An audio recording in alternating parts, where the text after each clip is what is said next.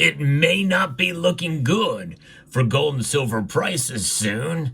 It's something we may have to get used to as gold and silver face its biggest challenge yet this year. I'll explain what I mean and why it's actually very good news as we explore.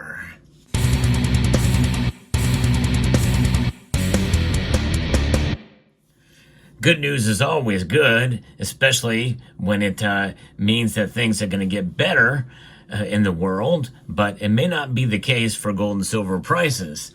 What do I mean by that? Well, it means that typically when the economy does well, or when there's peace in the world, gold and silver tend to perform negatively. In other words, they tend to go down. They fall off people's radar. Okay, that's a good opportunity for us, because we can accumulate a bit more when that happens.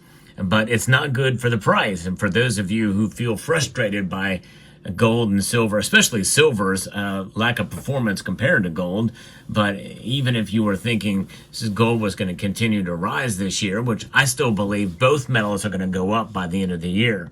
I think there's a lot of things that are working towards a higher gold and silver price in the economy, as well as in other areas, in spite of what I'm going to be talking about here.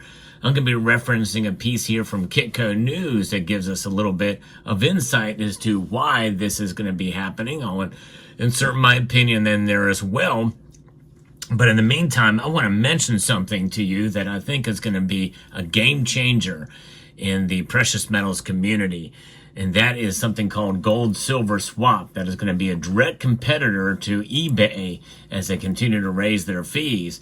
If you sign up at goldsilverswap.com, you will have early access to the marketplace for buying and selling precious metals. Check out goldsilverswap.com.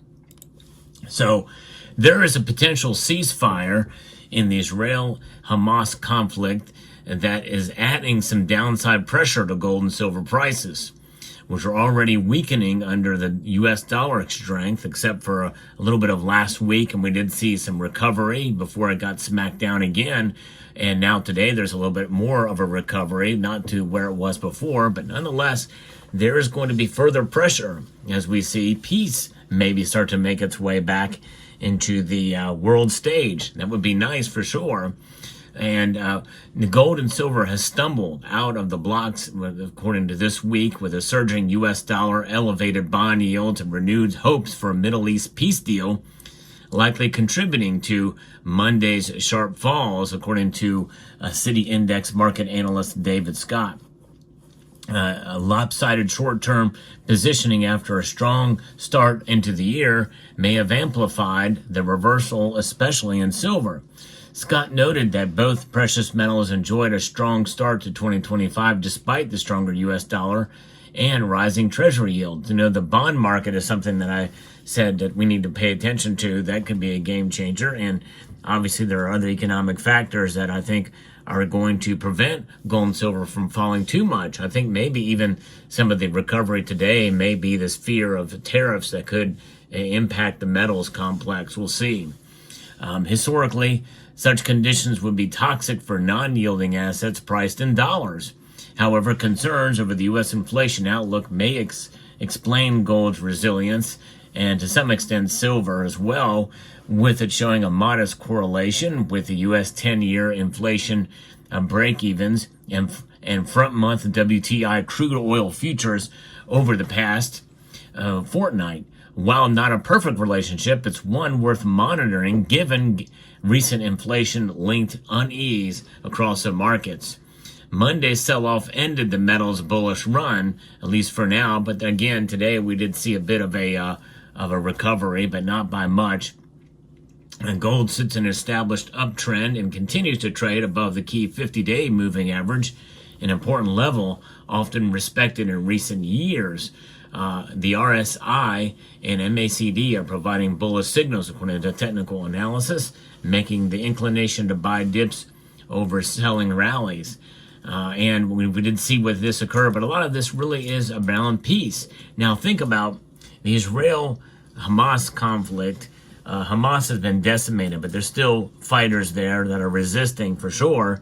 And But if we continue to see the hostages being released, and we see some other peace that could come out of this, and defeat, I think was really what it's going to mean, because I know the Netanyahu government wants a defeat, a total defeat of Hamas.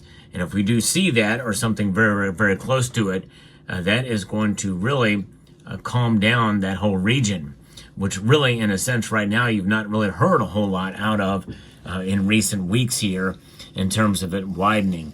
Although I did see somewhere that apparently the time has expired for Hezbollah and the ceasefire there, and has picked back up again with conflict with Hezbollah out of Lebanon. So we'll see how that progresses. Now, the other thing we have to keep in mind too is what's going on in Russia and Ukraine.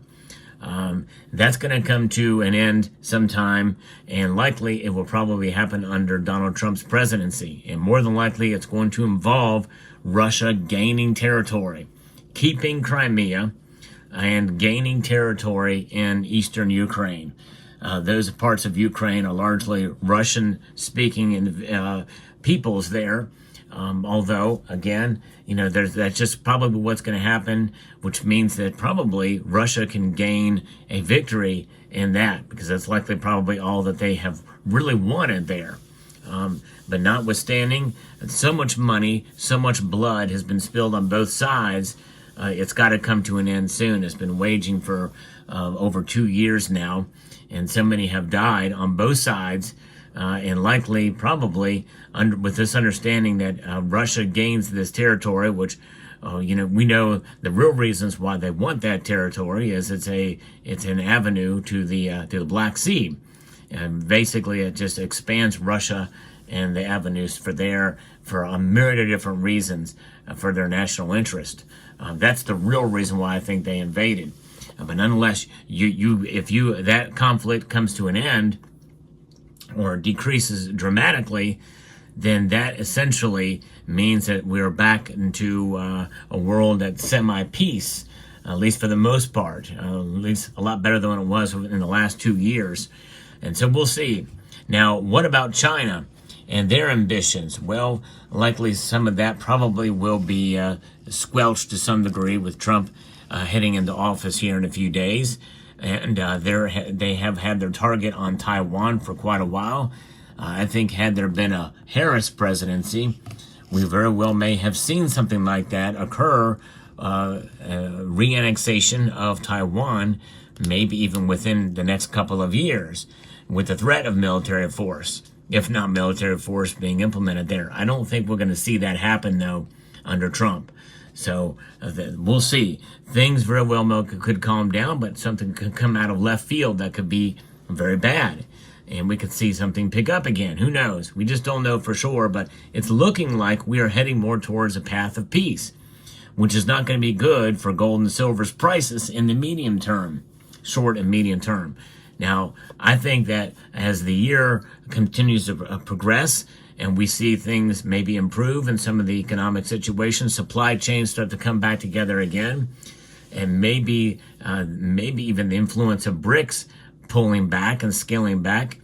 Who knows? We very well could see the dollar gain strength, and we very well could see also a lot go on with other areas of the economy, and nations probably will continue to hold on to their gold and maybe still continue to pick some up, because that's really their only way to combat the dollar and their own economic situations, is to accumulate gold to protect themselves because against an ever-inflating dollar, which is still a problem. Inflation is still a problem, and we'll see what happens under Trump as far as getting inflation under control from the dollar.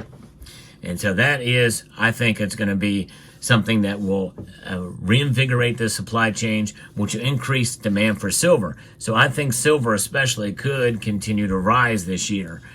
Gold, though, it may not get above $2,800. We could see it stay where it is and maybe even fall as the year progresses on. It just depends on how many more nations accumulate gold and add it to their coffers there with central banks.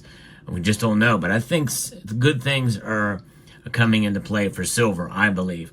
Could I be wrong? Of course I could. I've been wrong more than I have been right in terms of the overall where silver's going to go by the end of the year.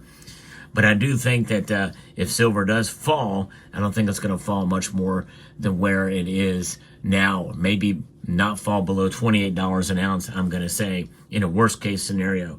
But I do think that silver you'll see more demand for it in the industrial front, and I think that's going to be good.